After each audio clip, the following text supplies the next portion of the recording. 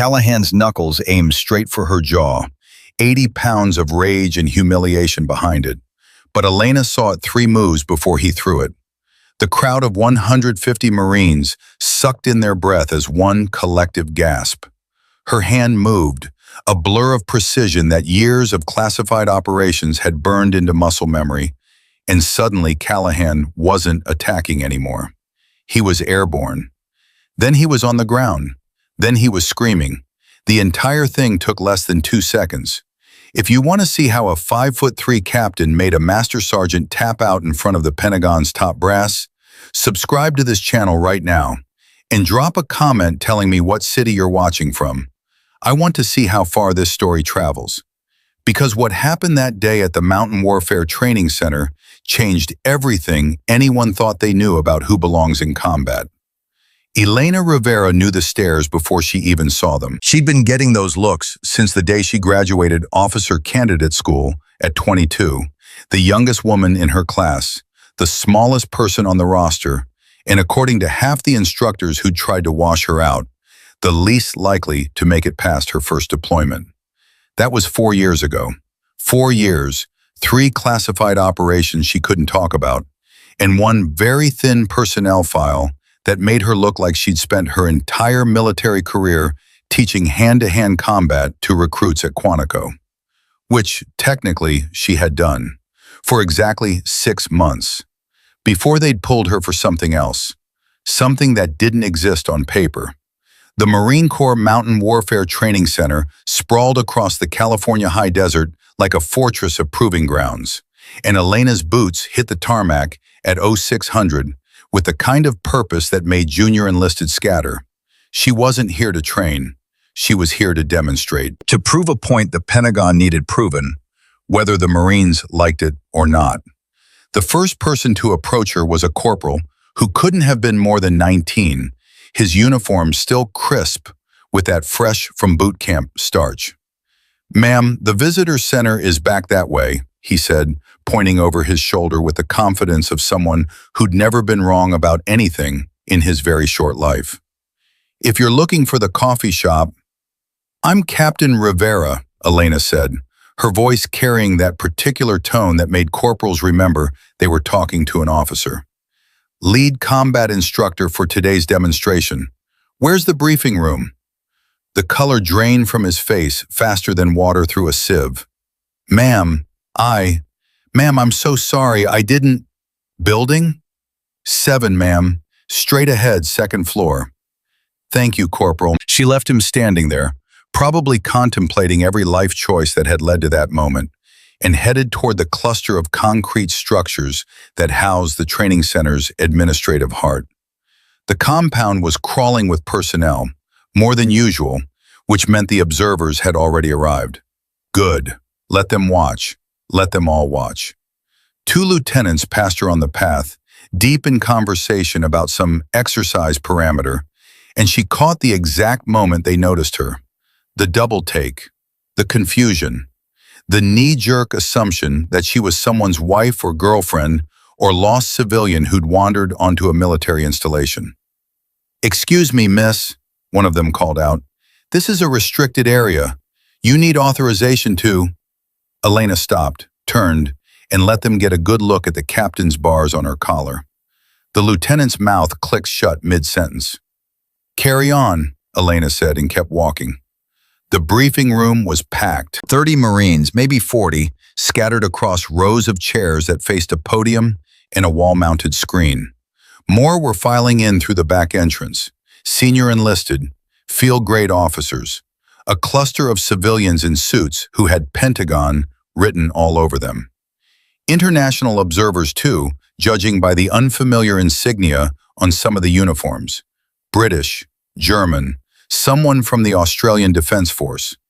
Everyone was here to watch the Marine Corps prove that integrated combat units could perform in extreme conditions just as effectively as traditional all-male units. Or, more accurately, everyone was here to watch the Marine Corps try to prove it, because half the people in this room didn't believe it was possible. Elena set her gear bag down near the podium, and pulled out the tablet loaded with today's training scenarios. The room's conversations continued around her. Nobody had noticed her yet, which gave her exactly 30 seconds to observe before she had to announce herself. Master Sergeant Derek Callahan sat in the third row, his arms crossed over a chest that looked like it had been carved from granite and bad decisions. 42 years old, 21 years of service, 3 tours in Afghanistan, 2 in Iraq, and a reputation for being the hardest instructor on the West Coast. Elena knew his file by heart. She also knew he'd submitted formal complaints about the integration initiative to his chain of command, to his congressman, and to a Marine Corps Times editorial board. He didn't want her here. That much was clear from the way his jaw was set, like he was chewing on something bitter and couldn't spit it out. "Attention!" someone barked, and the room snapped to its feet as a colonel entered through the side door. Colonel Morrison, 56, salt and pepper hair, face weathered by decades of service, surveyed the room with the kind of expression that suggested he'd rather be anywhere else. "Seats," he said, and everyone dropped back down. "We're here for a combat demonstration, not a dog and pony show. Captain Rivera has been assigned as lead instructor for today's exercises, which will cover close quarters combat, mountain warfare tactics, and decision-making under stress. She comes to us with extensive operational experience." His eyes flicked to Elena with something that might have been sympathy or warning, "and the Pentagon's full confidence. You will afford her the respect her rank commands. Questions?" Callahan's hand went up immediately. "Master Sergeant."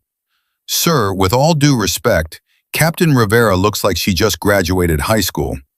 The room rippled with nervous laughter. "Can the colonel confirm that she has actual combat experience, or are we running political theater today?"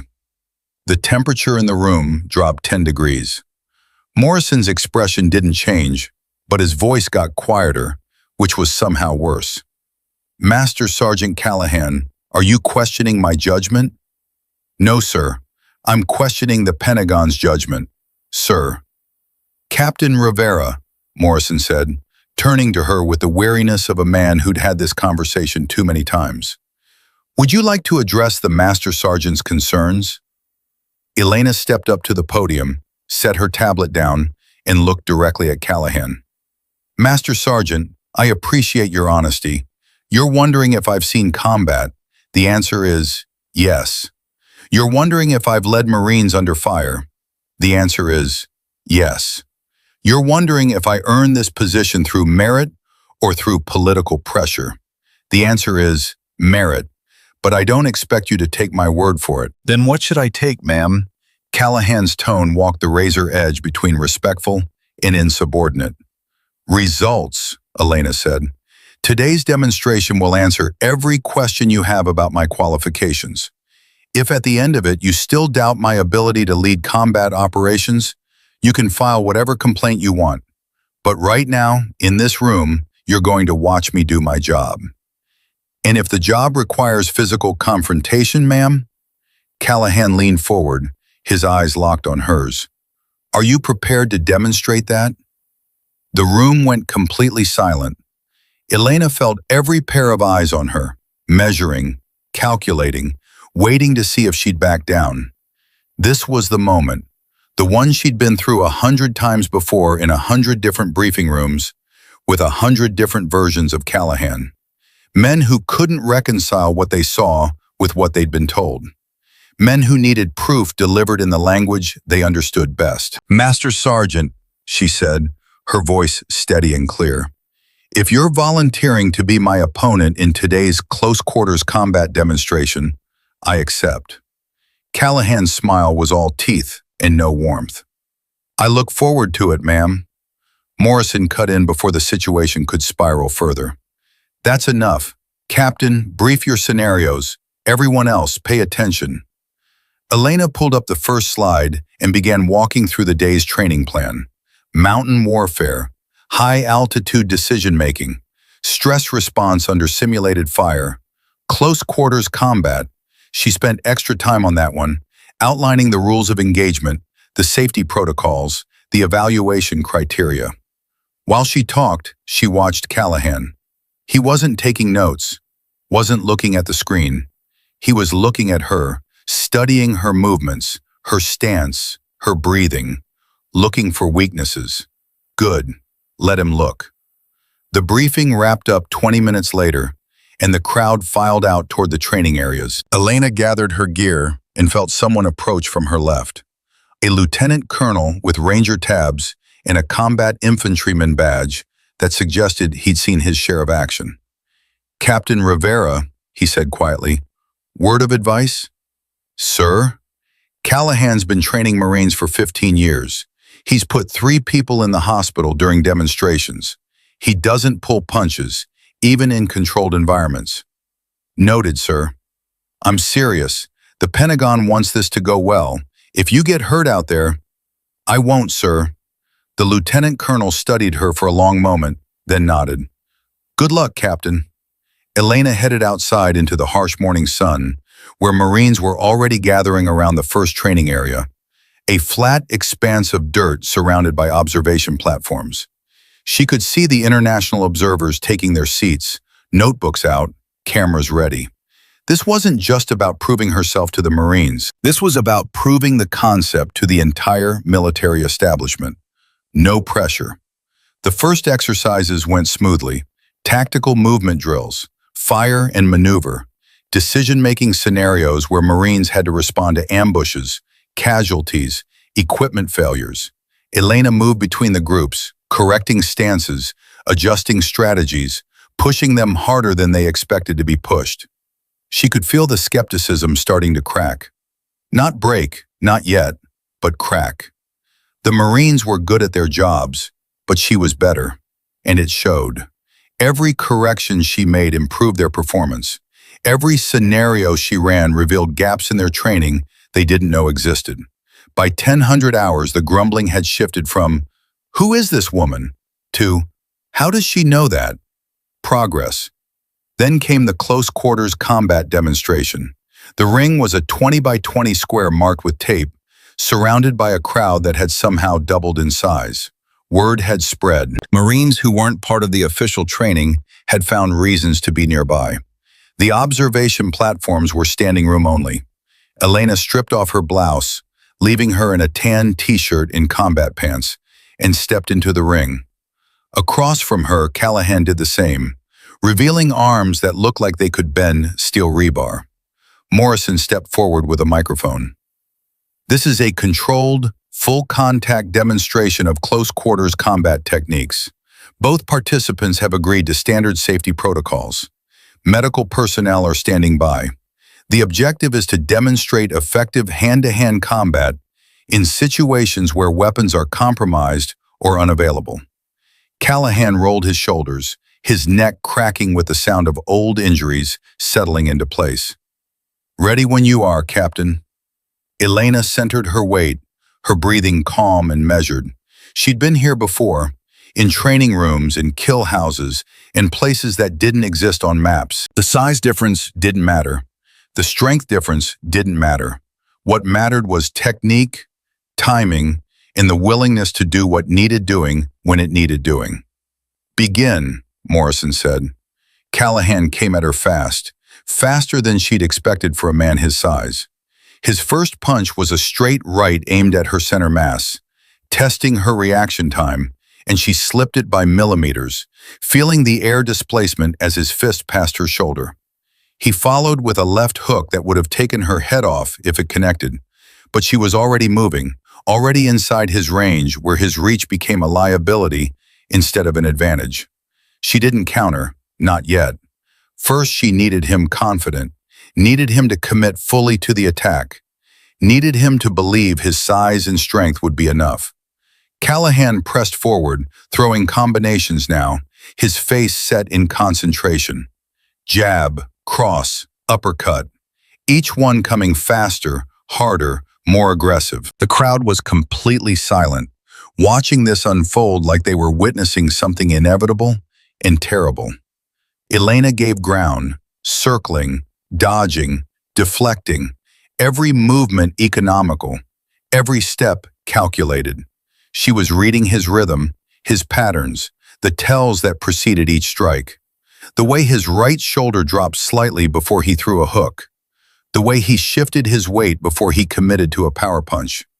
"Come on, Captain," Callahan growled, sweat starting to bead on his forehead. "Stop running." Elena didn't respond, didn't need to. Words were a distraction, and she needed every ounce of focus for what came next.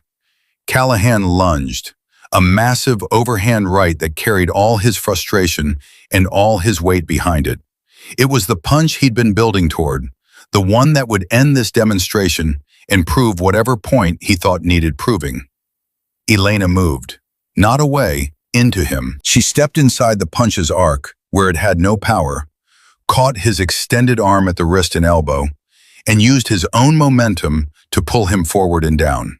His balance, already committed to the strike, had nowhere to go but where she directed it, which was face first into the dirt.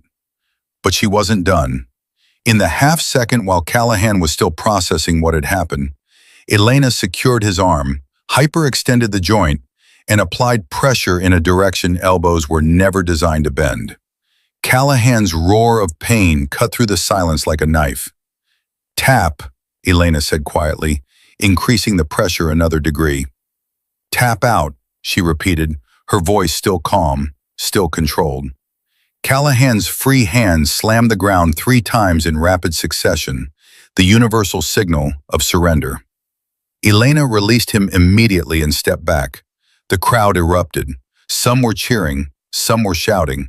Most were just standing there, with expressions that suggested they'd witnessed something that didn't quite fit into their understanding of how the world worked. Callahan rolled onto his back, clutching his arm, his face twisted in pain and shock, and something else. Something that looked like respect, struggling to be born through layers of wounded pride. Medical personnel rushed forward, checking his arm, his shoulder, making sure nothing was broken. Morrison was already moving toward the ring, his expression unreadable. Elena stood in the center of the ring, her breathing steady, and waited for whatever came next. Because this demonstration was far from over. Morrison reached the ring as the medics knelt beside Callahan, their hands probing his shoulder joint with the kind of careful urgency that came from years of treating training injuries that shouldn't have happened, but always did. "Can you move it?" one of them asked. Callahan gritted his teeth and rotated his arm, slowly, painfully, but functional. "Yeah. Hyperextension, no tear. You're lucky, Master Sergeant." "Lucky," Callahan repeated, the word coming out like broken glass. His eyes found Elena across the ring, and something passed between them that the crowd couldn't hear, but everyone could feel. Morrison's voice cut through the murmuring. "Captain Rivera, step out of the ring." Elena moved toward the tape boundary, her muscles still warm from the fight, her mind already calculating what Morrison's tone meant. Not angry, not disappointed, something else, something careful. "That was excessive," Morrison said quietly, positioning himself between Elena and the watching crowd. "Sir, he didn't tap until I applied sufficient pressure to—" "I'm not questioning your technique, Captain. I'm questioning your judgment." Morrison's jaw worked like he was chewing through words he didn't want to say. "Half the people here think you just proved their point. The other half think you proved yours. And I'm standing in the middle trying to figure out which half is going to cause me more problems." Elena met his gaze directly. "He volunteered, sir. He baited you, and you took it. Would you have preferred I decline? Let him think I was afraid?" Morrison exhaled slowly through his nose. "I would have preferred you won without making it look personal." "It wasn't personal, sir. It was necessary." A lieutenant appeared at Morrison's elbow, his face flushed with the kind of panic that suggested someone important wanted something immediately. "Colonel, the Pentagon observers are requesting a debrief. Now, sir." "Tell them 15 minutes. Morrison turned back to Elena. "You've got some fans in that observation platform, Captain. You've also got some people who are currently drafting reports about why women in combat is a failed experiment. Today just gave both sides ammunition. Permission to speak freely, sir? Granted. I don't care which side has ammunition. I care about proving that competence matters more than chromosomes. If Master Sergeant Callahan walks away from this understanding that, then the demonstration was successful. Morrison's expression softened slightly, the lines around his eyes deepening. Callahan's not your problem anymore, Captain. The brass is, and they're going to want answers that sound better than, I put a Master Sergeant on the ground in front of international observers. Understood, sir. Morrison walked away, already reaching for his radio, and Elena was left standing at the ring's edge, with a crowd that didn't know whether to applaud or riot. Then Callahan stood up. The medics tried to stop him, their hands reaching for his good arm, but he waved them off with the irritation of a man who'd suffered worse injuries and walked them off. He crossed the dirt ring toward Elena, each step deliberate, and the crowd went absolutely silent. Elena held her ground. Whatever he wanted to say, he'd earned the right to say it to her face. Callahan stopped 3 feet away, close enough that his voice wouldn't carry beyond them, and looked down at her with an expression she couldn't quite read. Pain, yes. Shock, definitely. But underneath it all, something that looked dangerously close to understanding. How old are you, Captain? He asked. 26, Master Sergeant. 26. He rolled his injured shoulder experimentally, wincing. And you just made me tap out like a boot camp private. You gave me the opening.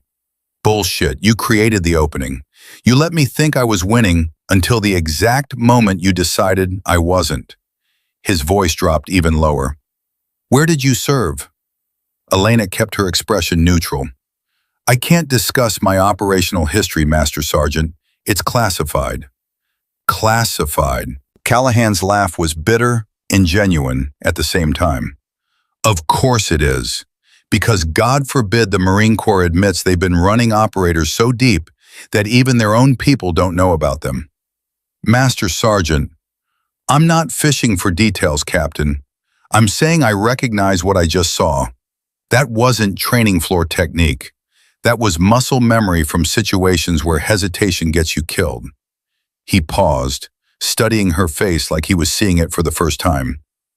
How many deployments? 3 that exist on paper, several more that don't. Callahan nodded slowly, something shifting behind his eyes. I owe you an apology, ma'am. Elena hadn't expected that. You don't? Yeah, I do. I questioned your qualifications based on what I could see instead of what you could prove. That was wrong. He extended his good hand, palm open, an offering that cost him something. You're a better operator than most of the men I've served with, and that's not easy for me to say. Elena took his hand. His grip was firm despite the shoulder injury, and when their eyes met, she saw something that looked like the first crack in a wall that had been standing for 21 years. Apology accepted, Master Sergeant. One condition, Callahan said, releasing her hand. You teach me that move. Which one? The one where you made me eat dirt in front of 150 Marines. Elena felt the corner of her mouth twitch. I can do that. The crowd started to disperse as word spread that the drama had resolved itself without bloodshed or court-martial proceedings. But Elena caught sight of 3 Marines standing near the observation platform, 2 captains and a major, their body language radiating disapproval like heat shimmer off asphalt. Captain Rivera, the major called out, approaching with a kind of stride that suggested he'd been waiting for permission to speak his mind. I'm Major Patterson, 3rd Battalion. Major. That was quite a show. Patterson's tone made it clear show wasn't a compliment. Do you make a habit of assaulting senior enlisted Marines? Elena felt Callahan stiffen beside her, but she touched his arm lightly, a silent request to let her handle this. Master Sergeant Callahan volunteered for a full contact demonstration, Major. All safety protocols were followed. Safety protocols. Patterson's smile didn't reach his eyes. Is that what we're calling it when a female officer uses a training exercise to prove a political point? The temperature dropped again. Major Patterson, Callahan said, his voice carrying a warning edge that made both captains behind Patterson take an involuntary step back. With respect, sir, you weren't in that ring. I was. And Captain Rivera conducted herself with more professionalism than I did. Patterson ignored him, keeping his focus on Elena. The Marine Corps isn't a laboratory for social experiments, Captain. We're a warfighting organization. And what you just demonstrated has nothing to do with combat effectiveness and everything to do with proving women belong in places they don't. Elena kept her voice level, professional, even though her pulse had started to hammer in her ears. Major, if you have concerns about today's demonstration, you're welcome to file them through proper channels. But right now, I have a briefing with Pentagon observers, and unless you're planning to join that conversation, we're done here. We're done when I say we're Major Patterson. Morrison's voice cut across the compound like a blade. He'd materialized behind them with the silent precision of a man who'd spent 30 years reading situations before they exploded. Don't you have somewhere else to be? Patterson's jaw clenched, but Morrison outranked him by 2 grades, and there were too many witnesses for this to end anyway except one. Yes, sir. Then I suggest you get there. Patterson threw Elena one last look, something between contempt and promise, then turned on his heel and walked away, his captain scrambling to follow. Morrison watched them go, his expression unreadable. You're making friends quickly, Captain. Not my primary objective, sir. Good, because you've got about 10 minutes before you need to convince a room full of Pentagon brass that what just happened was controlled demonstration and not personal vendetta. He paused, then added quietly, Think you can do that? Yes, sir. Then follow me. And Captain, Morrison glanced back at her, whatever you did before this assignment, whatever operations you ran that don't exist on paper, none of that matters right now. What matters is how you handle the next hour. Because that fight in the ring was easy compared to the fight waiting for you in that briefing room. Elena followed Morrison across the compound, Callahan falling into step beside her without being asked. The observation platform had cleared out, but she could see faces in windows, Marines pausing mid-task to watch her pass. The word had spread. Everyone knew what had happened, and everyone had an opinion about it. The briefing room was in the administration building, 3rd floor, and by the time they reached it, Elena's shirt had started to stick to her back despite the desert air. Not from exertion, from anticipation. Morrison opened the door, and Elena stepped into a room full of people whose job it was to decide whether she'd proven something worth proving or simply confirmed every bias they'd brought with them. The Pentagon observers sat at a long conference table, 3 men in suits, 1 woman in an Army colonel's uniform, all of them watching Elena with expressions that gave away nothing. The international observers occupied chairs along the wall, their notebooks open, their body language ranging from impressed to skeptical. Captain Rivera, the senior civilian said, gesturing to an empty chair at the table's head. Please sit. Elena sat, keeping her posture straight, her hands folded in her lap. I'm Stephen Walsh, Department of Defense. This is Colonel Jennifer Hartwick, Army Personnel Command, and Deputy Assistant Secretaries Morrison and Chen. Walsh leaned back in his chair, steepling his fingers. We've just witnessed something that's going to generate a lot of discussion in Washington. Help us understand what we saw. Elena chose her words carefully. You saw a controlled demonstration of close-quarters combat techniques under stress conditions. Master Sergeant Callahan volunteered to participate, and the exercise proceeded within established safety parameters. The Master Sergeant is currently being treated for a shoulder injury, a minor hyperextension that resolved without permanent damage, sir. Captain Rivera, Colonel Hartwick cut in, her voice crisp and precise. Let's dispense with the diplomatic language. You're 5'3" and weigh what, 120? You just put a 200-pound Master Sergeant on the ground in front of a crowd that included some of the military's harshest critics of women in combat. That's either the best possible outcome or the worst possible outcome, depending on perspective? Which is it? Elena met the colonel's gaze directly. It's proof that technique, training, and operational experience matter more than physical size, ma'am, which is exactly what today's demonstration was designed to prove. And the fact that Master Sergeant Callahan openly questioned your qualifications before the demonstration, that didn't factor into your decision to accept his challenge? It factored into my decision to prove him wrong, ma'am, which I did. The room went quiet for 3 long seconds. Then Walsh laughed, a short, genuine bark of amusement that seemed to surprise even him. Well, you certainly did that. He glanced at his colleagues, then back to Elena. Captain, how much of your operational background can you discuss? Very little, sir. Most of my deployments remain classified. Can you confirm you've seen combat? Yes, sir. Direct action? Yes, sir. In what capacity? Elena paused, measuring how much she could say without violating security protocols. Force protection, personnel recovery, target elimination, sir. The deputy assistant secretaries exchanged glances. Walsh's expression sharpened with interest. You've worked with special operations units. I've worked with several units whose designations I cannot confirm or deny, sir. How many operations? 17 that resulted in mission success. 3 that didn't, but should have. Hartwick leaned forward, her skepticism starting to crack. 20 combat operations by age 26. That's an impressive record for someone whose official file says you spent most of your career at Quantico.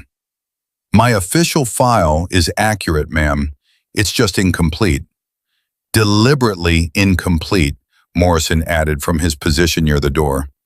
Captain Rivera's operational history has been sanitized for security reasons, but I can confirm her performance record exceeds that of 95% of Marine infantry officers, including those with twice her experience. Walsh tapped his pen against the table, thinking, Captain, if we were to ask you to replicate today's performance in a broader training environment, say, leading a mixed-gender combat unit through realistic operational scenarios, could you deliver similar results? Elena didn't hesitate. Yes, sir. Even knowing that half the Marines in that unit would question your authority from day one? Especially knowing that, sir, because every operation I've run has started with someone questioning whether I belong there. And every operation has ended with results that speak louder than doubt.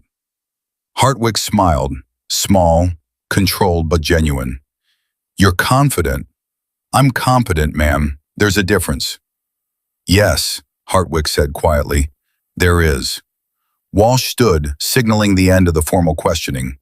Thank you, Captain. We'll be submitting our report to the Secretary within 48 hours. In the meantime, expect some attention. What happened today is going to make headlines, whether we want it to or not. Understood, sir. Elena left the briefing room with Morrison, and the moment the door closed behind them, she felt the tension start to drain from her shoulders. You handled that well, Morrison said. Did I convince them? You convinced Hartwick. Walsh is still measuring the political fallout. The deputies are along for the ride. He paused at the stairwell, his hand on the door. But that Major, Patterson, he's going to be a problem. I figured. He's connected. His uncle's a 2-star at Headquarters Marine Corps, and he's been vocal about the integration initiative failing before it starts. Morrison's expression darkened. Watch your back, Captain, because Patterson's going to be watching it too. Elena nodded, filing that information away for later consideration. She walked out of the administration building into afternoon sun that felt hotter than it had that morning, and found Callahan waiting near her gear bag, his injured arm secured against his chest with a sling the medics had forced on him. Master Sergeant, shouldn't you be resting? Probably, but I wanted to catch you before you disappeared. He shifted his weight, uncomfortable with whatever he was about to say. Look, Captain, I meant what I said earlier about the apology, but I need you to understand something. What's that? I've been a Marine for 21 years. I've lost friends in combat. Good Marines who followed orders and died because someone higher up the chain made a political decision instead of a tactical one. So when the Pentagon started pushing integration, my first instinct was to push back, because I've seen what happens when politics trumps performance. Elena listened without interrupting. But you're not a political decision, Callahan continued, his voice rough with something that might have been respect or might have been pain from his shoulder. You're a warrior who happens to be a woman, and I was too stubborn to see the difference until you made me see it. The Corps is changing, Master Sergeant. I know, and maybe it needs to. He extended his good hand again. For what it's worth, Captain, I'd be proud to serve under your command. Elena shook his hand, and this time when their eyes met, there was no wall between them. Just two Marines who'd proven something to each other in the only language the Corps truly understood. Then Callahan's expression shifted slightly, his gaze moving past her shoulder. Heads up, you've got company. Elena turned to see Major Patterson approaching across the compound, and her instincts immediately went on alert. This conversation wasn't going to end well. Patterson crossed the compound with a kind of purposeful stride that suggested he'd already decided how this conversation would end. Two captains flanked him, the same ones from earlier, their faces set with the kind of righteous certainty that came from never being told they were wrong. Callahan stepped slightly to Elena's left, positioning himself as a barrier without making it obvious. Major, he said, his voice carrying a warning. Master Sergeant, I heard you needed medical attention. Shouldn't you be in the aid station? I'm fine, sir. That's not what your injury report says. Hyperextension of the right shoulder, sustained during a training incident with Captain Rivera. Patterson's eyes shifted to Elena, his expression hardening. Which brings me to why I'm here. Elena kept her voice neutral. Major, if you have concerns about today's demonstration, Colonel Morrison is the appropriate. I'm not here to file a complaint, Captain. I'm here to give you fair warning.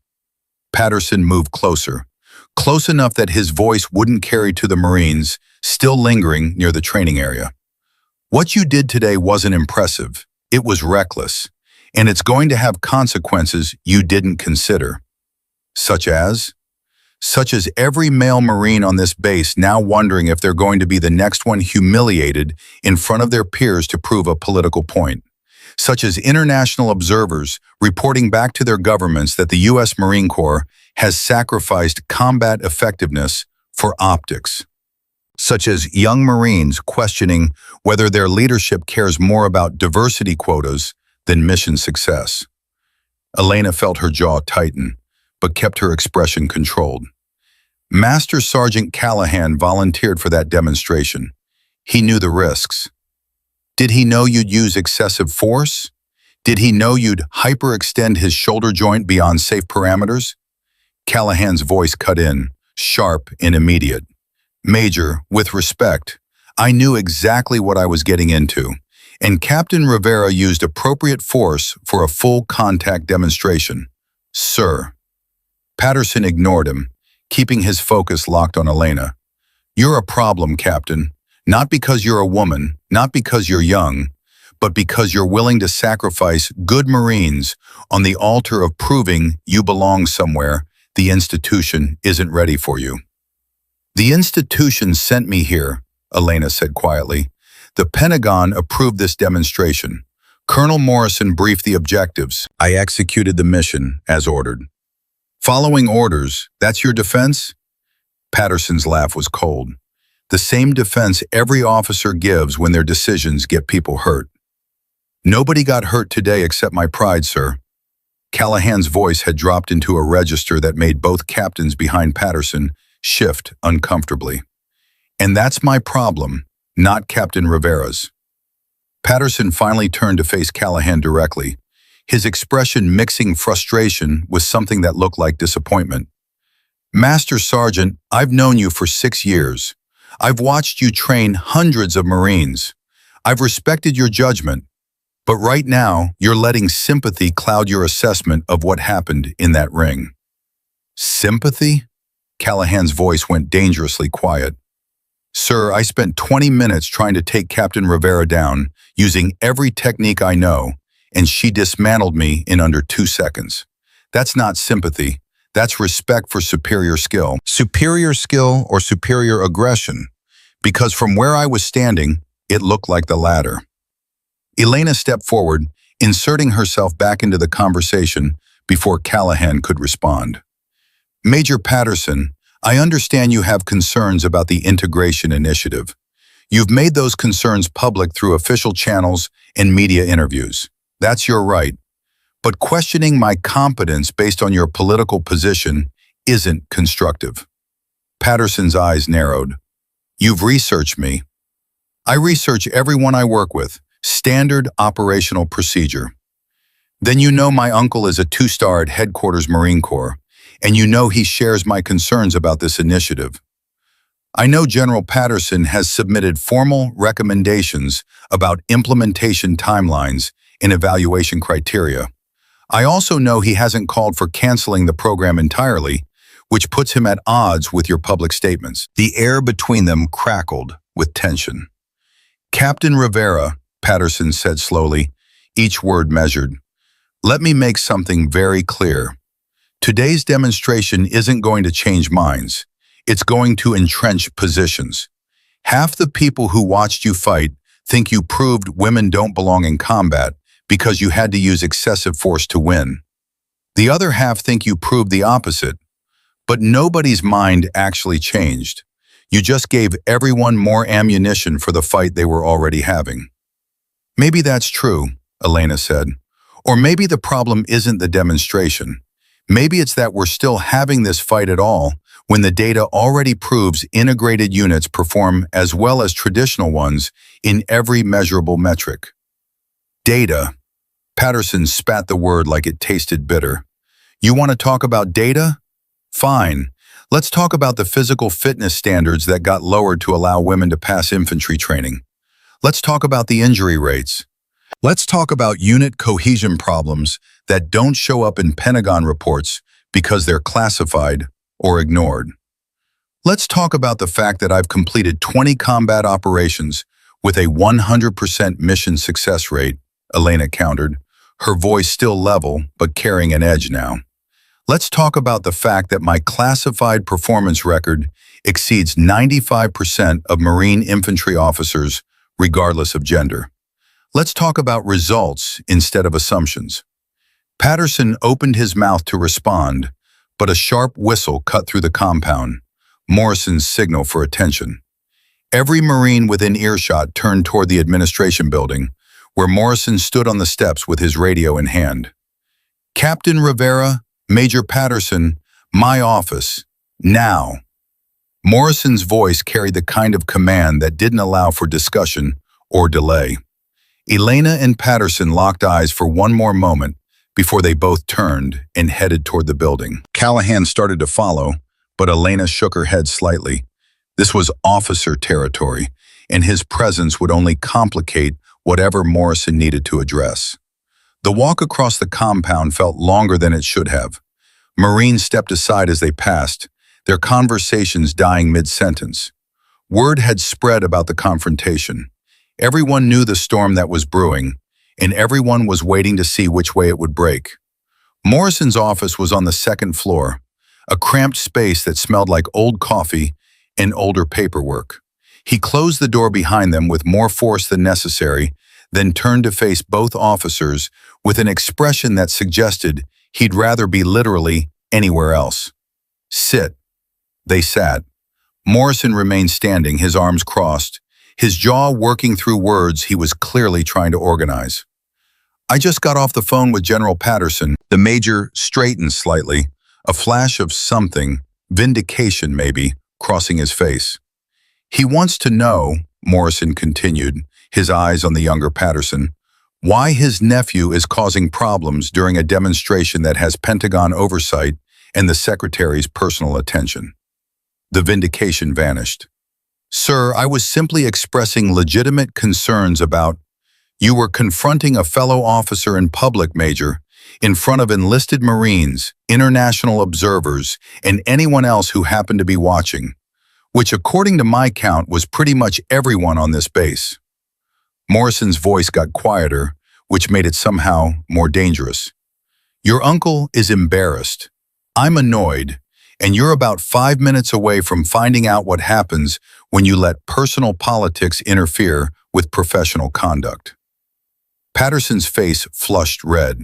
Sir, with respect, Captain Rivera's actions today were authorized, monitored, and evaluated by Pentagon observers who just submitted a preliminary report praising her performance and recommending broader implementation of her training methods. Morrison pulled a paper from his desk and dropped it in front of Patterson. That's the official assessment.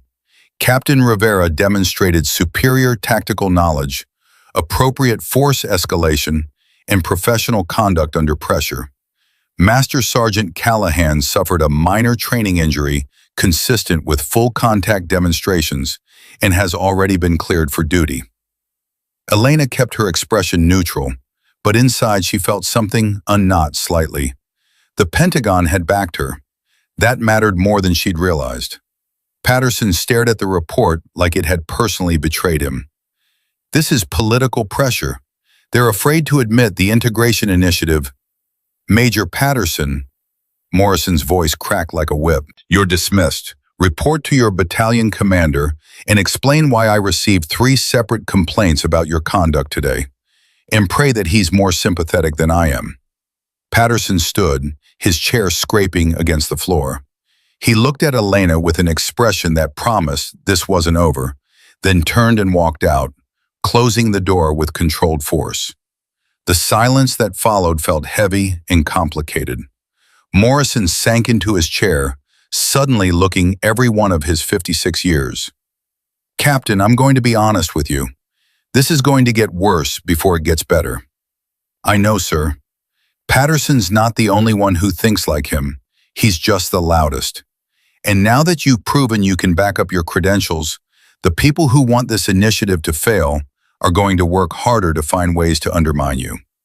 What would you recommend, sir? Morrison leaned back, studying her.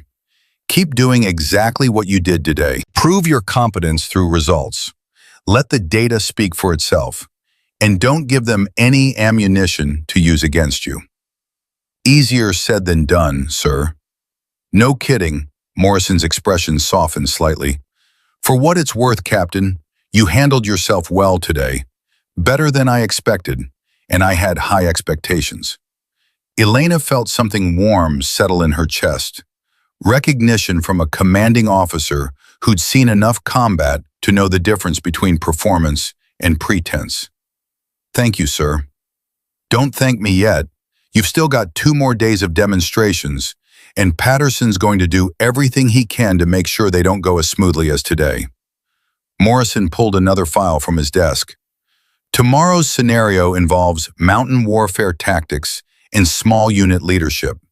You'll be leading a mixed-gender fire team through a simulated reconnaissance mission. The terrain is brutal, the timeline is tight, and half the Marines assigned to your team have never worked with a female officer.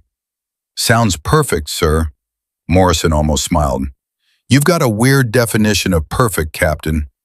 Elena left Morrison's office and found Callahan waiting in the hallway, his expression suggesting he'd heard at least part of the conversation through the door.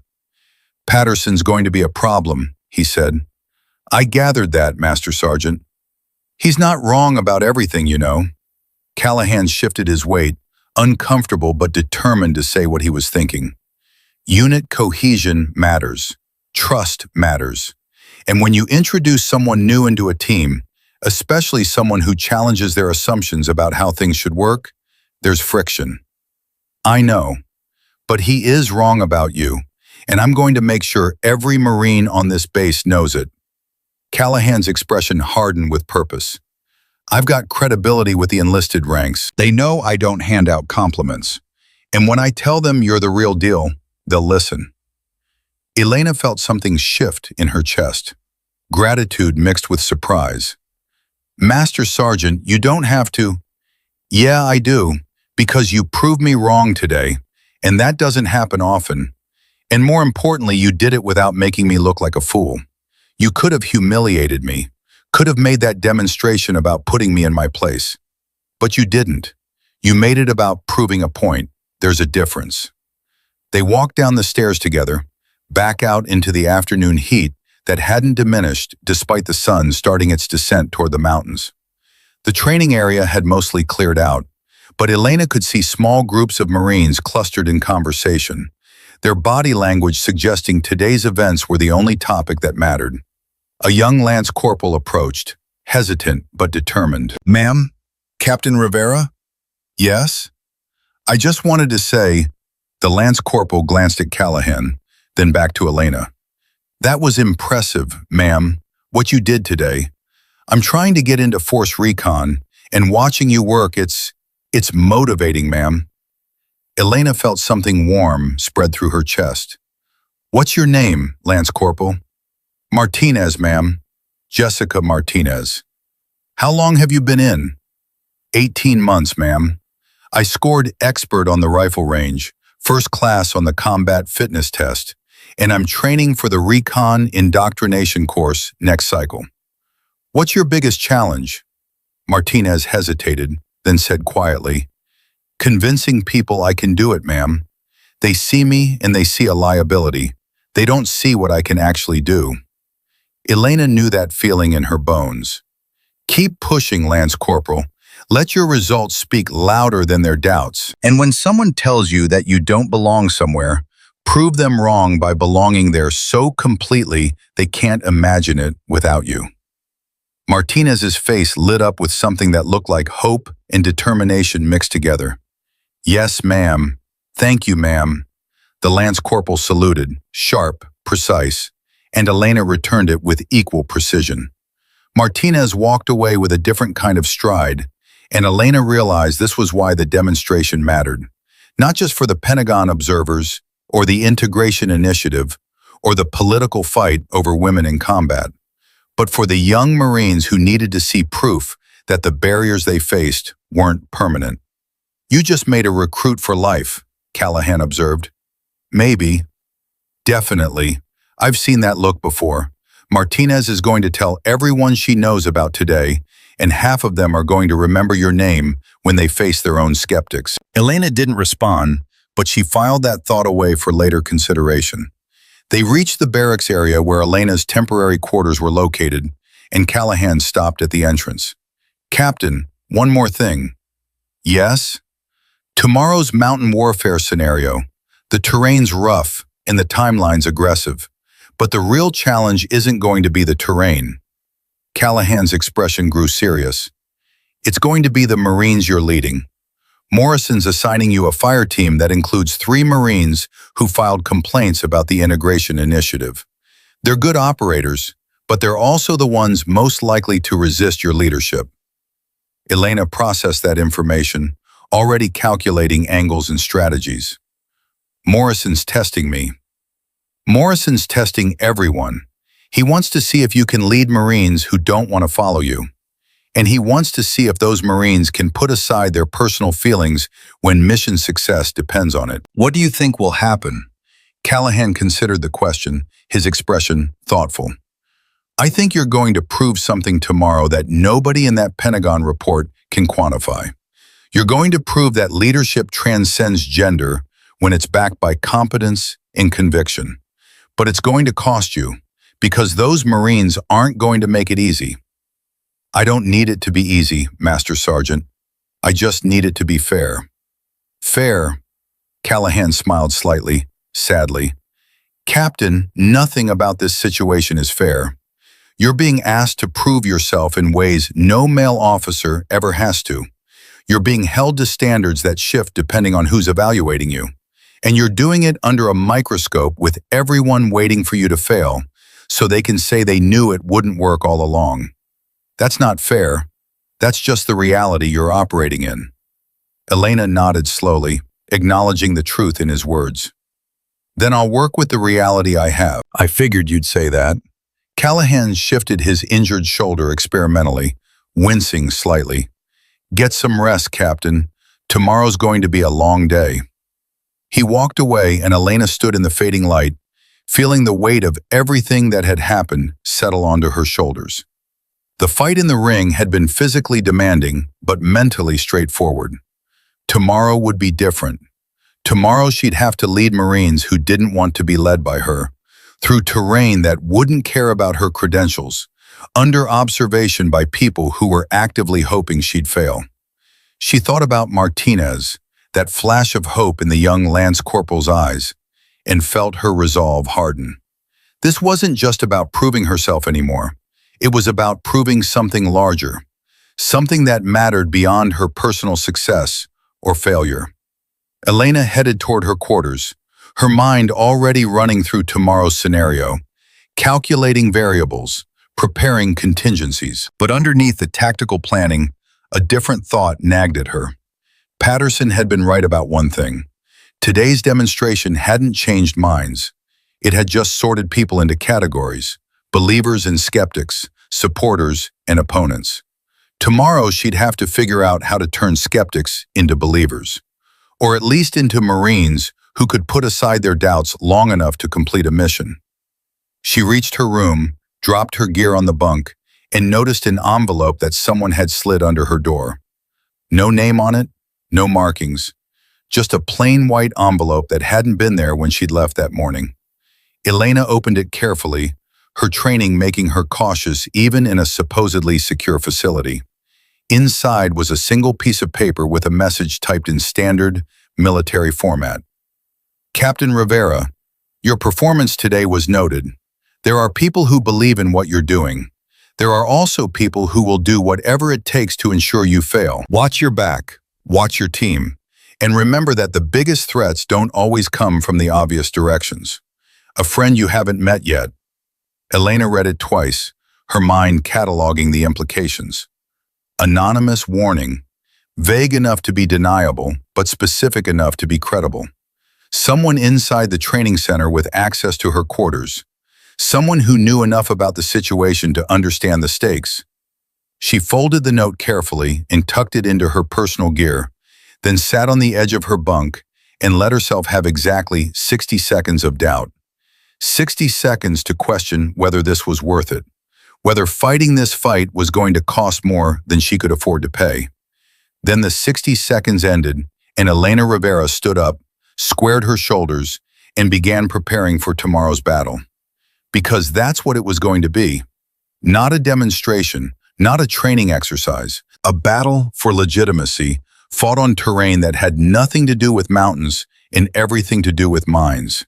And she intended to win it. The mountain air hit Elena's lungs at 0430 like broken glass, sharp, cold, unforgiving. She'd been awake for 2 hours already, running through the mission parameters Morrison had provided the night before, memorizing terrain features from satellite imagery that wouldn't mean anything once they were actually on the ground. The fire team was assembling near the equipment depot when she arrived. 4 Marines, all male, all carrying the kind of body language that screamed resistance before anyone had even spoken. Elena recognized 2 of them from yesterday's crowd, Corporal Davis and Lance Corporal Hendricks, both standing with their arms crossed, both wearing expressions that suggested they'd rather be anywhere else. The other 2 were older. Sergeant First Class Marcus Webb, 34, 14 years of service, 3 combat deployments, and according to his file, one of the Marines who'd filed a formal complaint about women in combat roles. And Staff Sergeant Ryan Torres, 31, 12 years in, 2 deployments, and a reputation for being one of the best reconnaissance operators on the West Coast. Also, a complaint filer. "Good morning," Elena said, approaching with her pack already secured, her weapons slung across her chest. Webb looked her up and down, his expression somewhere between skeptical and dismissive. "Captain." Torres didn't even acknowledge her, just continued checking his gear with a kind of deliberate focus that suggested he was pretending she didn't exist. Davis and Hendricks exchanged glances, but remained silent. Elena set her pack down and pulled out the mission brief. "We have a 6-hour window to reach the observation point, gather intelligence on simulated enemy positions, and extract through hostile territory. The terrain is aggressive, 3,200 feet of elevation gain over 4 miles, with multiple choke points that make us vulnerable to ambush. Questions? Yeah, Webb said, his voice flat. Who decided you should be leading this team? Colonel Morrison, who's your commanding officer. And who decided you were qualified to lead a reconnaissance mission in mountain terrain? Elena met his gaze without flinching. The same people who reviewed my operational record and determined I've successfully completed 7 reconnaissance missions in hostile territory, 3 of which were in mountainous regions under worse conditions than we'll face today. Your operational record that nobody can verify because it's classified. Webb's tone made it clear what he thought about that. Convenient. Sergeant Webb, you can question my qualifications all you want, but in about 5 minutes we're moving out, and when we do, you're going to follow my orders. Or you can explain to Colonel Morrison why you refuse to complete a training mission under Pentagon observation. Webb's jaw clenched, but he didn't respond. Torres finally looked up from his gear. What's the rules of engagement? Simulated enemy force has air support and rapid response capabilities. We're operating under noise discipline, radio silence except for emergencies, hand signals only. If we're detected, the mission is a failure. And if someone on the team can't keep up? Torres asked, his eyes locked on Elena with unmistakable meaning. Then we adjust our pace to maintain unit cohesion.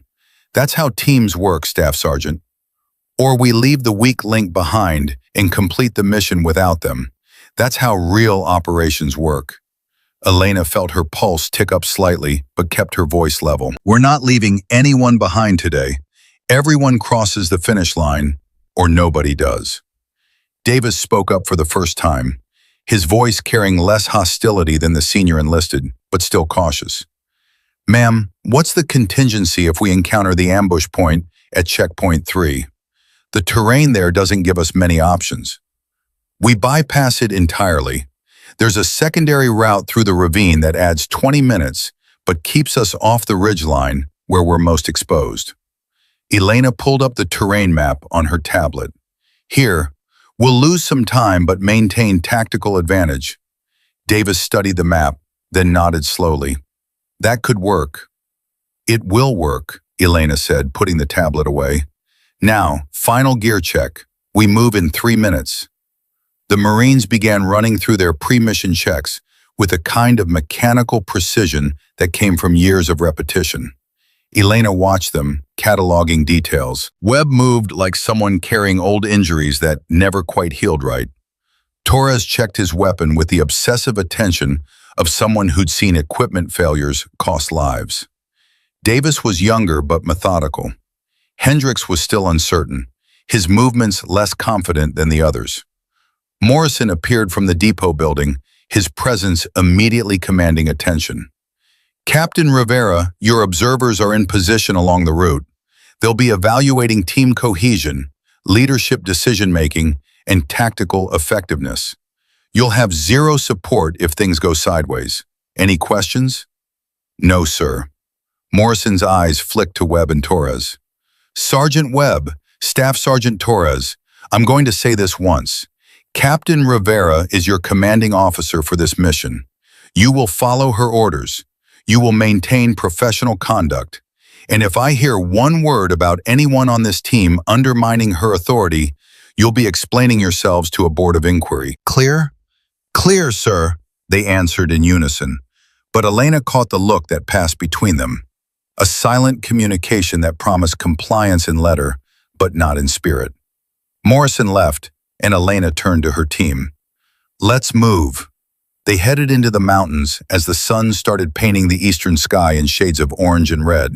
And within the first 30 minutes, Elena knew this was going to be worse than she'd anticipated. Webb set a pace that was aggressive, even for experienced mountain warfare operators, pushing hard enough to test her limits without quite crossing into obvious insubordination. Elena matched it without complaint, her breathing controlled despite the elevation and the weight of her pack. Torres kept dropping back, creating gaps in the formation that compromised their tactical spacing. Each time Elena signaled him to close up, He'd comply for exactly 2 minutes before drifting back again. Davis and Hendricks followed orders but maintained a distance that felt more emotional than physical, their body language suggesting they were participating under duress rather than commitment. By hour 2, they'd covered half the planned distance, and Elena's legs were burning from the sustained uphill climb. But she pushed through it, refusing to give Webb or Torres the satisfaction of seeing her struggle. They reached the first checkpoint, a narrow saddle between two peaks where the trail split, and Elena signaled for a halt. The team dropped into defensive positions, weapons oriented outward, and she pulled out her map to confirm their position. "We're ahead of schedule," she said quietly, her voice barely audible. 10-minute rest, then we push for checkpoint 2. Webb checked his watch. "We could cut the rest time and maintain our lead." "Negative. We rest now so we're fresh for the difficult terrain ahead. In real operations, we'd push through." In real operations, I'd make the same call. "Exhausted operators make mistakes. We rest." Webb's expression suggested he wanted to argue further, but Torres cut in before he could. "Captain's right. We push too hard now. Someone's going to roll an ankle on the descent. Then we're all compromised." Elena felt a flicker of surprise. Torres defending her decision, even if it was purely tactical reasoning, but didn't let it show. They rested in silence, the only sounds the wind cutting through the peaks and the occasional crackle of radio traffic from the observation posts scattered along the route. Elena used the time to study her team.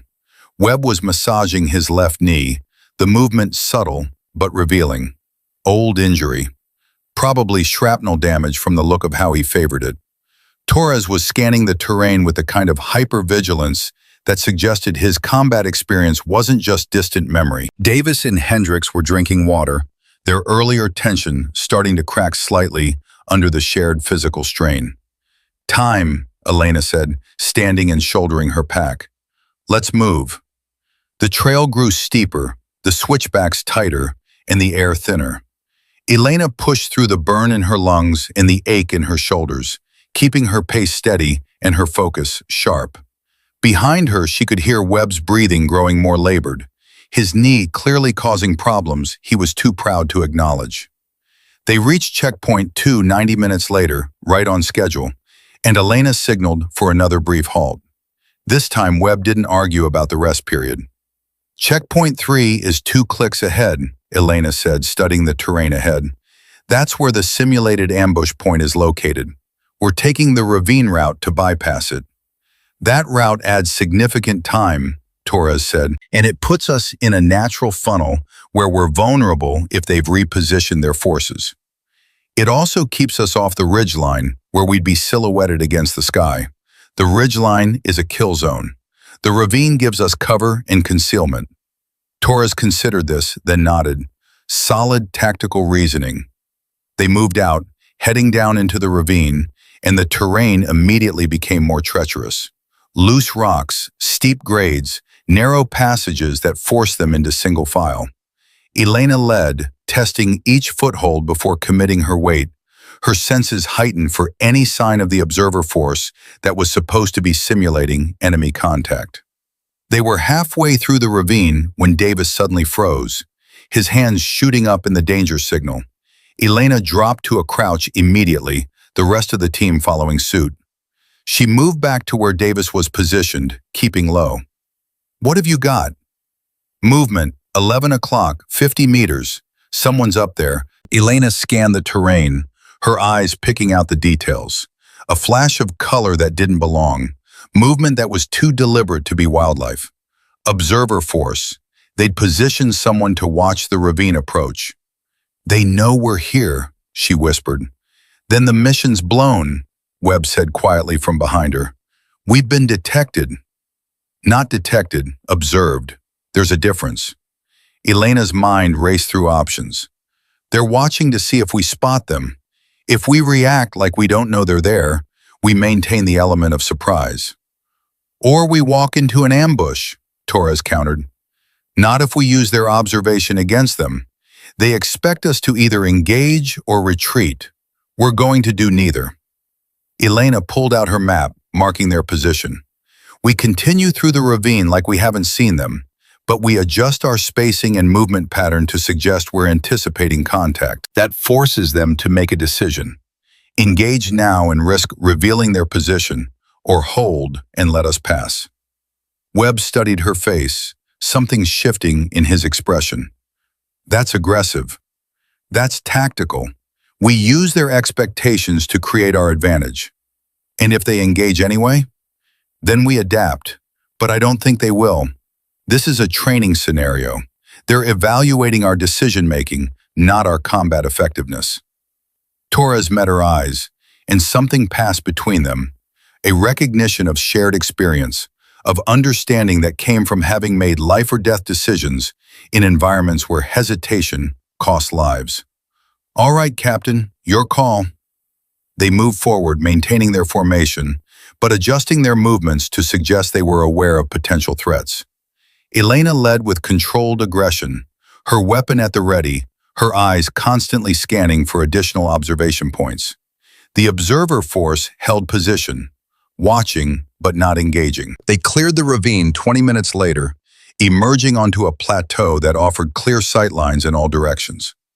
Elena signaled for another brief halt, and the team dropped into defensive positions while she confirmed their location. Checkpoint 3 bypassed successfully, she said quietly. Checkpoint 4 is 30 minutes ahead. That's our objective point where we gather intelligence and prepare for extraction. Time check? Webb asked. Elena checked her watch. We're 10 minutes behind schedule, but well within acceptable parameters. We could make up that time if we push harder. Negative. We maintain current pace. Arriving exhausted compromises our ability to gather accurate intelligence. Webb nodded slowly, and Elena realized with surprise that the resistance in his posture had started to soften. Not disappear, not yet, but soften. They pushed on, the sun now high overhead, the temperature climbing despite the elevation. Elena's uniform was soaked through with sweat, her pack straps cutting into shoulders that had gone numb 20 minutes ago. But she kept moving, kept leading, kept making decisions that balanced speed with safety. Checkpoint 4 was a rocky outcropping that overlooked a valley where the simulated enemy force had established positions. Elena led the team into position, spreading them across the outcropping with overlapping fields of observation, and pulled out her spotting equipment. Torres, you're on intelligence gathering. I need positions, equipment, personnel count, and movement patterns. Davis, you're covering our 6. Hendricks, you're on communications. Be ready to call for extraction if this goes sideways. Webb, you're with me on Overwatch. The team moved into position with professional efficiency, and for the first time all day, Elena felt them working as a unit rather than as individuals being forced to cooperate. Torres began calling out observations in the clipped, precise language of intelligence gathering. Main position at grid reference 473219. Estimated personnel strength 12 to 15. 2 heavy weapons positions. 3 vehicles, likely transport configuration. Command post appears to be the central structure. Hold, Elena said quietly, her spotting scope locked on something Torres hadn't mentioned. There's someone in the tree line, 200 meters south of the main position, stationary, watching the main force, not the perimeter. Torres swung his scope toward the indicated position. Confirmed. What is that? Elena studied the figure through her scope, her mind processing details. Wrong uniform, wrong equipment, wrong everything. That's not part of the simulation. Webb leaned in, his voice suddenly urgent. Captain, that's Patterson. Elena's blood went cold. What? Major Patterson. I recognize his profile. What the hell is he doing out there? Elena's mind raced through implications. Patterson watching the exercise from an unauthorized position. Patterson who'd made his opposition to her very clear. Patterson who'd been told to stay away from today's demonstration. This doesn't make sense, Torres said. Why would he? The radio in Hendricks's pack crackled to life, Morrison's voice cutting through with unmistakable urgency. All teams, we have an actual emergency, real-world situation. Civilian hikers reported missing in Sector 7. Search and rescue is being mobilized. Captain Rivera, acknowledge. Elena grabbed the handset. Rivera here, what's the situation? 2 hikers, college students. Last known position was approximately 1 click from your current location. They were supposed to check in 2 hours ago. Local authorities are requesting military assistance. You're closest to their last known coordinates. Elena felt everything shift. This was no longer a demonstration. This was real. Copy, what are our orders? Switch to search and rescue operation. We're scrambling additional teams, but you're first on scene. You have authority to take whatever actions necessary to locate and secure those civilians. Understood. Rivera, out. Elena turned to her team and saw them already reacting, the training simulation forgotten, their faces set with the kind of focus that came from knowing lives were actually at stake now. You heard the colonel. This is real world. 2 civilians missing in rough terrain. We're closest responders. Questions? Last known position? Webb asked, all trace of resistance gone from his voice. 1 click northeast. Morrison's transmitting coordinates now. The radio squawked again, and Elena copied down the grid reference, her mind already calculating routes, terrain features, search patterns. All right, here's how we're doing this. Torres, your best tracker, you're on point. Webb, you and Davis are on flanking search pattern. Hendricks, you maintain communications with base. I'll coordinate the search. What about Patterson? Torres asked quietly. Elena glanced back toward the tree line where Patterson had been positioned, but the figure was gone. Disappeared, like he'd never been there at all. Patterson's not our priority right now. 2 civilians are. Let's move. They abandoned the observation post and headed toward the coordinates at a pace that was fast but controlled. Their earlier tensions completely dissolved in the face of actual emergency. Elena led them through terrain that grew rougher with each step, her eyes scanning for any sign of the missing hikers. Captain, Torres called out after 15 minutes, I've got broken vegetation. Recent. Someone came through here within the last few hours. Elena moved up to his position, studying the disturbed ground. Torres was right. Fresh trail. Which direction? East, toward the cliff face. Elena felt her stomach drop.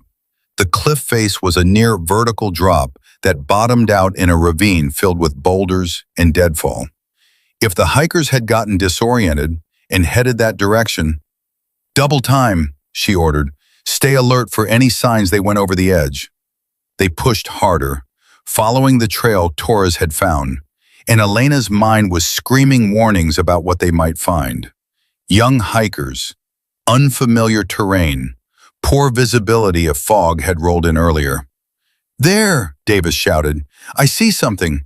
Blue fabric, 50 meters ahead. They reached the spot at a run, and Elena's training took over. 1 hiker, male, early 20s, conscious but disoriented, sitting with his back against a boulder, his left leg bent at an angle that made Elena's stomach turn.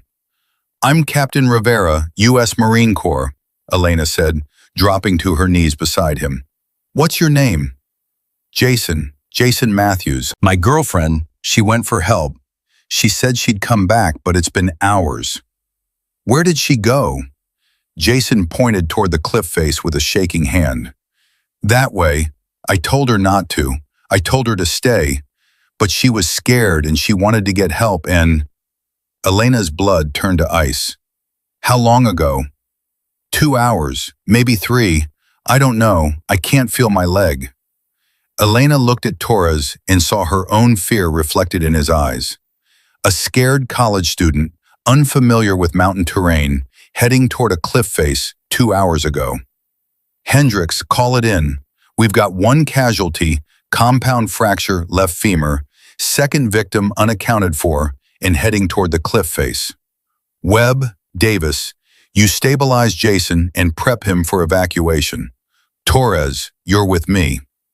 Captain, Webb said quietly, if that girl went over the edge 2 hours ago, Then we find her anyway, Elena said, already moving.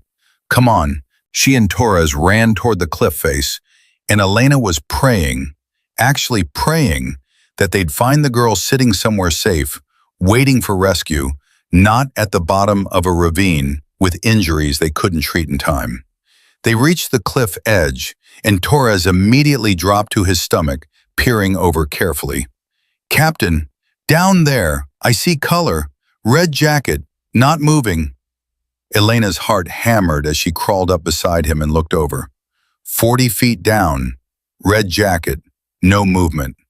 And the only way down was a controlled rappel that would take precious minutes they might not have.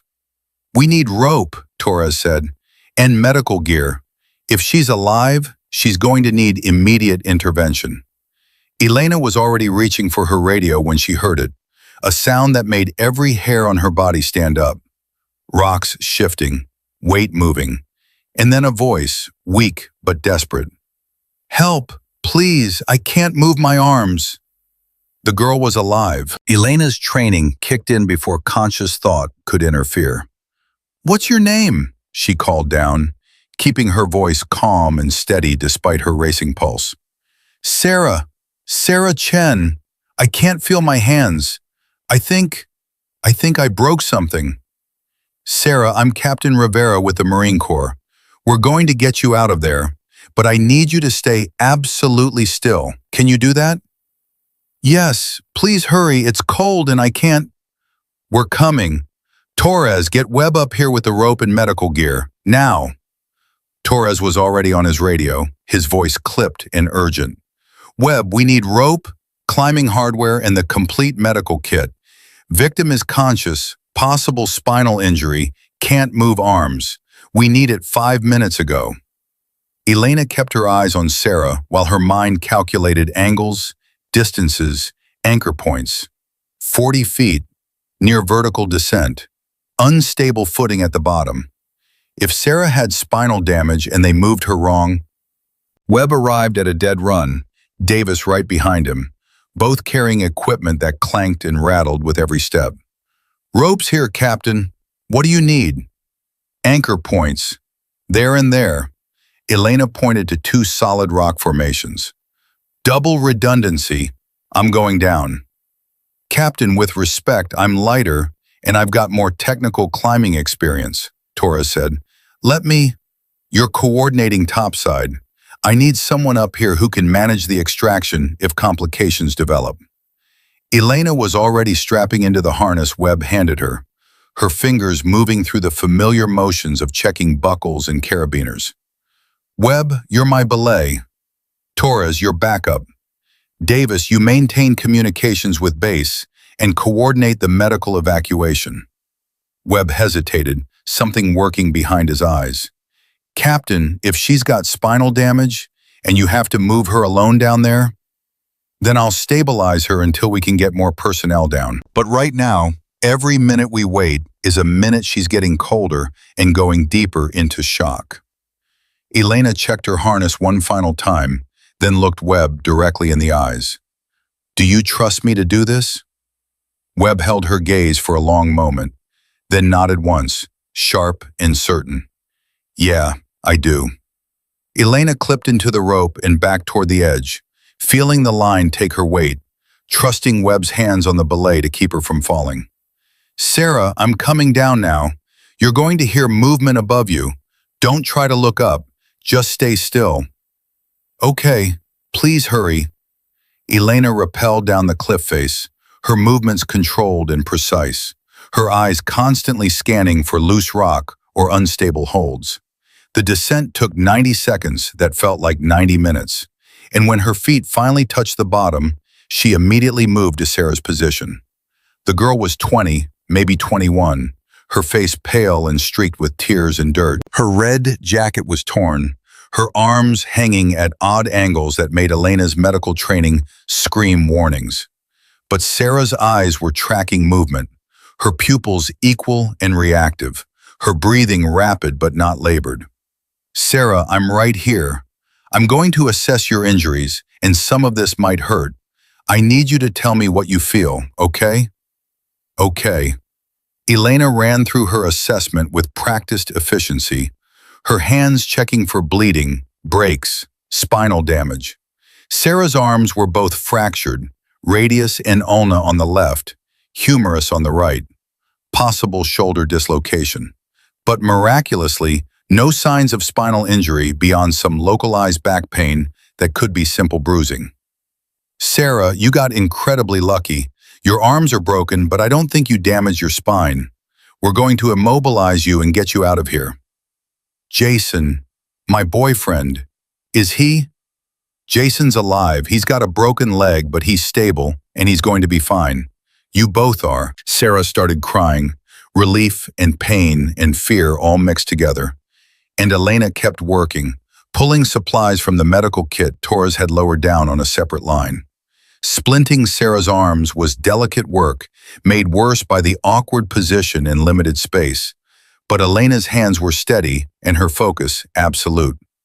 "Captain," Torres called from above, "medical evacuation is inbound. ETA 15 minutes. How's the patient?" "Stable. Both arms fractured. Possible shoulder dislocation. Mild hypothermia. She needs hospital transport, but she's not critical." Elena secured the last splint and looked up at Torres. "I'm going to need a litter basket and at least 2 more people down here for the extraction." "Negative on additional personnel, Captain.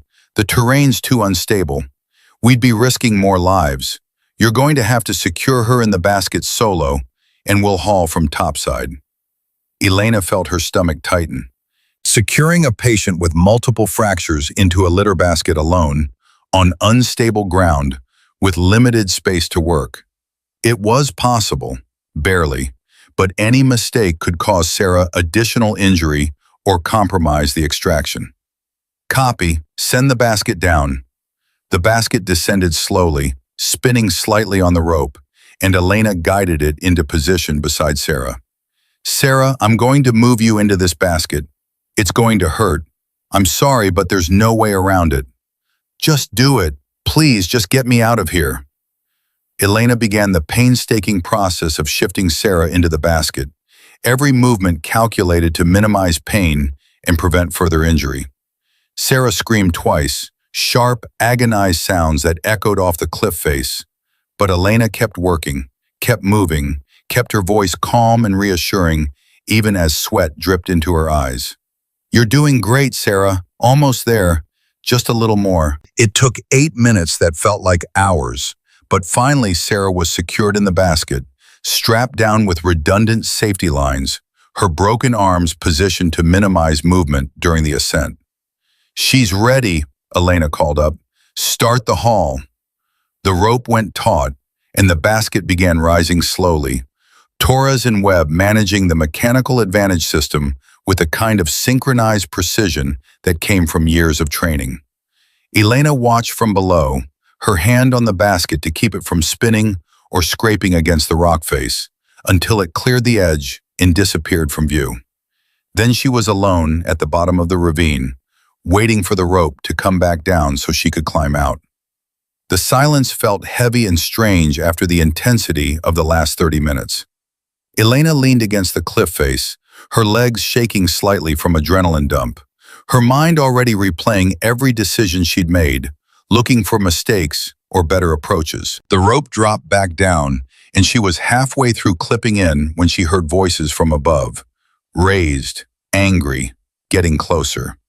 "Completely unauthorized, and you know it, Major." Morrison's voice, hard and furious. "I was observing the exercise from a tactical vantage point. That's within my authority as—" Patterson's voice, defensive. Elena climbed faster, her curiosity overriding her exhaustion.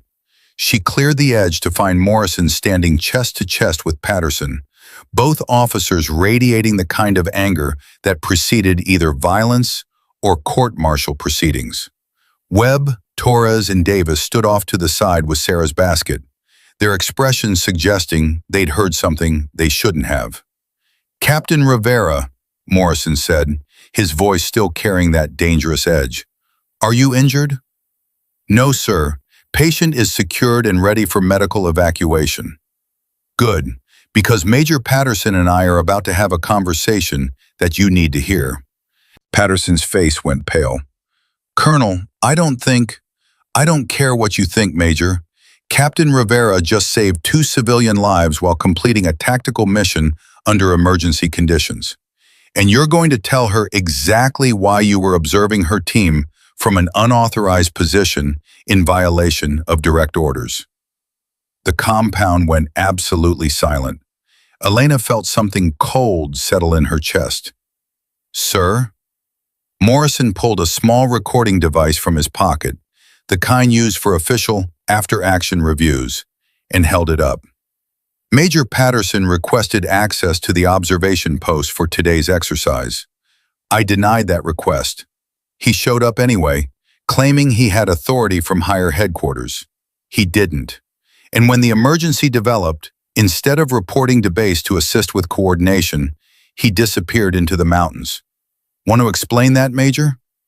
Patterson's jaw worked, his eyes darting between Morrison and Elena. "I was ensuring proper oversight of the integration initiative. Someone needs to document when these exercises fail." "Fail?" Morrison's voice dropped into a register that made everyone within earshot take an involuntary step back. "Captain Rivera just completed a successful tactical mission and a real-world search and rescue operation simultaneously. She led a team that included 3 Marines who filed complaints about her qualifications. She made tactical decisions under pressure that saved 2 lives. Where exactly is the failure, Major?" Patterson's face flushed red. "The mission parameters were compromised the moment we switched to search and rescue. The data from today's exercise is meaningless." "The data from today's exercise," Morrison said slowly, "shows that Captain Rivera can lead Marines through complex tactical scenarios and adapt to rapidly changing conditions without losing effectiveness. It shows that her team, despite their initial resistance, followed her orders and performed at levels that exceeded expectations. And it shows that your concerns about women in combat roles are based on bias rather than evidence." "That's not..." "It is, and we're done here." Morrison turned to Elena. "Captain, the medical evacuation helicopter is landing now. I need you to provide a briefing to the flight medics on both patients' conditions. After that, report to my office. We have some things to discuss." "Yes, sir." Elena walked toward the landing zone where the helicopter was already touching down, its rotors creating a windstorm that made conversation impossible. She briefed the flight medics on Jason's compound fracture and Sarah's multiple arm fractures, provided her field assessment notes, and watched as both patients were loaded aboard. Sarah caught Elena's hand just before the medics closed the door. "Thank you. You saved my life." "You're going to be fine, Sarah. Both of you are." The helicopter lifted off, and Elena turned to find her entire team standing behind her. Webb, Torres, Davis, and Hendricks, all watching her with expressions she'd never seen directed at her before. Not skepticism, not resistance, respect. "Captain," Webb said, his voice rough, "I owe you an apology. A real one. Not the kind where I'm saying words because someone ordered me to, but the kind where I mean it. Master Sergeant Callahan already..." "I'm not Callahan, and I was worse than him. I filed a formal complaint about the integration initiative. I wrote letters. I gave interviews saying women would get Marines killed in combat." Webb's expression was pained. "And then I watched you lead us through impossible terrain, make tactical decisions under pressure, and save 2 lives without hesitation. You didn't just prove me wrong, Captain. You proved I was a coward for not being willing to admit I was wrong." Torres stepped forward. "Same here, ma'am. I spent the last 6 months arguing that women don't have the physical capability for combat operations. And today you rappelled down a 40-foot cliff, stabilized a patient with multiple fractures, secured her for extraction alone, and climbed back up without missing a beat. I've worked with special operations teams that couldn't have done that better." Davis and Hendricks nodded their agreement, and Elena felt something shift in her chest. Not triumph exactly, but something close to vindication mixed with exhaustion. "I appreciate that," she said, "but I didn't do anything today that any competent officer wouldn't have done. The situation required immediate action, and I took it. That's not about gender. That's about training and experience." "That's the point," Webb said quietly. "You're right, it's not about gender. It's about competence. And you proved yours in a way that none of us can argue with anymore." Morrison appeared from the direction of the administration building, Patterson nowhere in sight. "Captain Rivera, in my office. Now. The rest of you, debrief with your units and prepare written after-action reports. I want them on my desk by 1800 hours."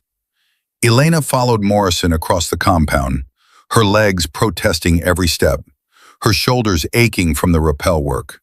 They climbed to his office in silence, and Morrison closed the door with deliberate care before turning to face her. "Sit." Elena sat and Morrison remained standing, his expression complicated. "I just got off the phone with the Pentagon. The observers who were supposed to evaluate today's tactical mission instead got to watch you handle a real emergency with the kind of leadership and tactical competence that most officers never demonstrate in their entire careers." Morrison paused, choosing his words carefully. "They're recommending you for a Navy and Marine Corps Achievement Medal for the rescue operation. They're also recommending that your training methods be adopted as standard curriculum for all integrated combat units." Elena felt the words register but couldn't quite process their meaning. "Sir, you won, Captain. You proved what the Pentagon needed proven. Women can lead combat operations effectively. Integrated units can perform under pressure.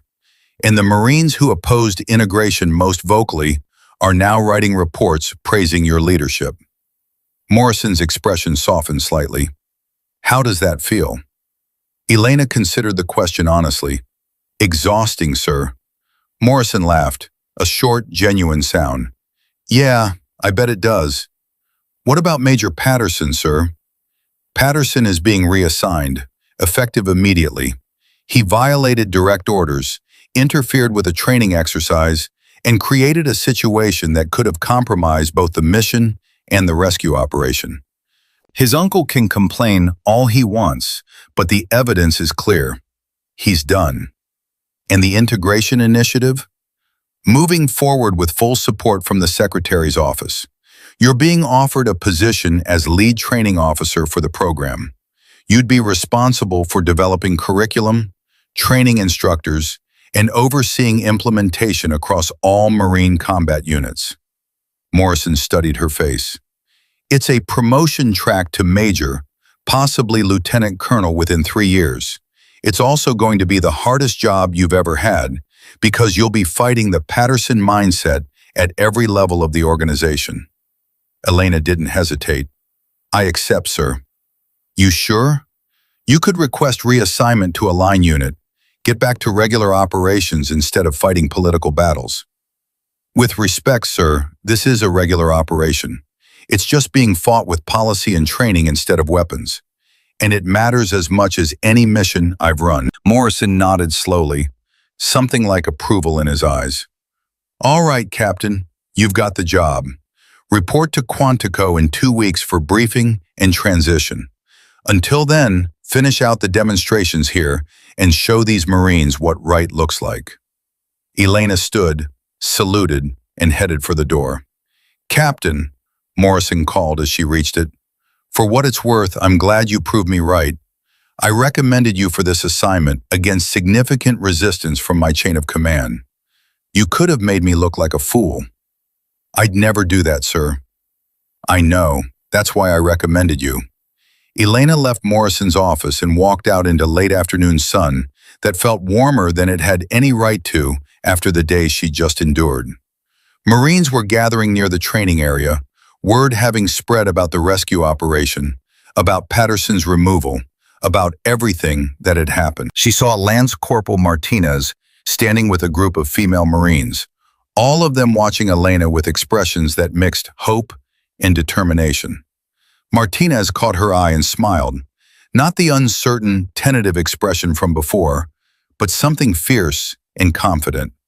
Callahan appeared from the medical building, his arm still in a sling, his expression suggesting he'd heard everything. "Captain, hell of a day." "That's one way to describe it, Master Sergeant. I heard about the rescue, heard you handled it like a seasoned operator. Heard Webb and Torres are writing reports that basically read like love letters to your tactical competence." Callahan smiled slightly. "Told you they'd come around. You also told me it would cost me. You were right about that too." "Yeah, but some things are worth the cost." Callahan glanced back toward the female Marines clustered near the training area. "You know half the women on this base are going to request assignment to your training program now, right? You just became a symbol, whether you wanted to or not." "I didn't want to be a symbol. I wanted to be a Marine. You're both now. Welcome to leadership, Captain. It's complicated." Elena looked across the compound at the faces watching her, some supportive, some still skeptical, most just curious about the officer who'd somehow changed the conversation about women in combat in the span of 2 days. She thought about Sarah Chen, alive because Elena had made decisions without hesitation. She thought about Webb and Torres, their resistance crumbling in the face of demonstrated competence. She thought about Patterson, removed from a position where his bias could harm Marines who deserve better. And she thought about all the women who would come after her, who wouldn't have to fight quite as hard because she'd fought first. "Master Sergeant," Elena said quietly, "do you remember what you asked me yesterday? Whether I'd really been in combat?" "Yeah. Every day in this uniform is combat. Some of it involves weapons and tactics and missions that don't exist on paper. But some of it involves proving your right to serve to people who don't want you there. And that kind of combat, that's just as real and just as dangerous as anything I've faced in classified operations." Callahan studied her face, then nodded slowly. "Fair point, Captain." Webb, Torres, and Davis approached, their body language respectful but direct. Webb spoke first. "Captain, we're heading to the chow hall. Thought you might want to join us. If you're not too exhausted to deal with Marines who spent most of today being idiots." Elena felt a smile tug at her lips despite her exhaustion. "I could eat." They walked toward the chow hall together, and somewhere along the way, the conversation shifted from formal and careful to relaxed and genuine. Torres told a story about a training accident in Afghanistan. Webb countered with something about his first deployment where nothing went according to plan. Davis admitted he'd never worked with a female officer before and hadn't known what to expect. "And now?" Elena asked. "Now I know competence doesn't care about chromosomes," Davis said simply, "and neither should we." 2 weeks later, Elena stood in front of a classroom at Quantico filled with 30 Marine officers, male and female, young and experienced, all handpicked to become instructors for the integration training program. Behind her on the screen was a photograph from the mountain warfare exercise, captured by one of the Pentagon observers. It showed Elena rappelling down the cliff face towards Sarah Chen, her face set with determination, her hands steady on the rope. "This is what leadership looks like," Elena said to the room. "Not because I'm a woman who proved she could do a job people said was impossible, but because I'm a Marine who saw a mission that needed executing and executed it. That's what we're teaching in this program. Not how to handle gender integration or diversity initiatives, but how to lead Marines toward mission success, regardless of what challenges or biases they bring with them." She paused, looking at the faces watching her, some eager, some uncertain, some still processing what this new reality meant for them. "You're going to face resistance," Elena continued, "from Marines who think women don't belong in combat, from commanders who see this program as political rather than practical, from people who are afraid that change means losing something essential about what makes the Corps effective. And you're going to prove them wrong. Not with words, not with arguments, but with results, because that's the only language the Marine Corps truly understands." The room erupted in applause, and Elena felt something settle in her chest. A sense that this fight, this particular battle, had been won. Not completely, not permanently, but enough that the Marines who came after her would have an easier path. She thought about Callahan tapping out in that ring, his pride cracking to let respect through. She thought about Webb and Torres writing reports that praised her leadership. She thought about Morrison's phone call telling her the integration program had full Pentagon support. She thought about Sarah Chen, alive and recovering, sending Elena a thank you letter that said her little sister wanted to join the Marines because of Captain Rivera's example. And she thought about all the young women like Martinez who were watching, learning, preparing to follow a path that Elena had helped forge through sheer competence and refusal to accept any answer except success. The fight wasn't over. It would never truly be over. But Elena Rivera had proven something that mattered more than winning individual battles. She'd proven that capability transcends every barrier the Corps had ever built to keep women out, and that once competence spoke, even the loudest skeptics had to listen.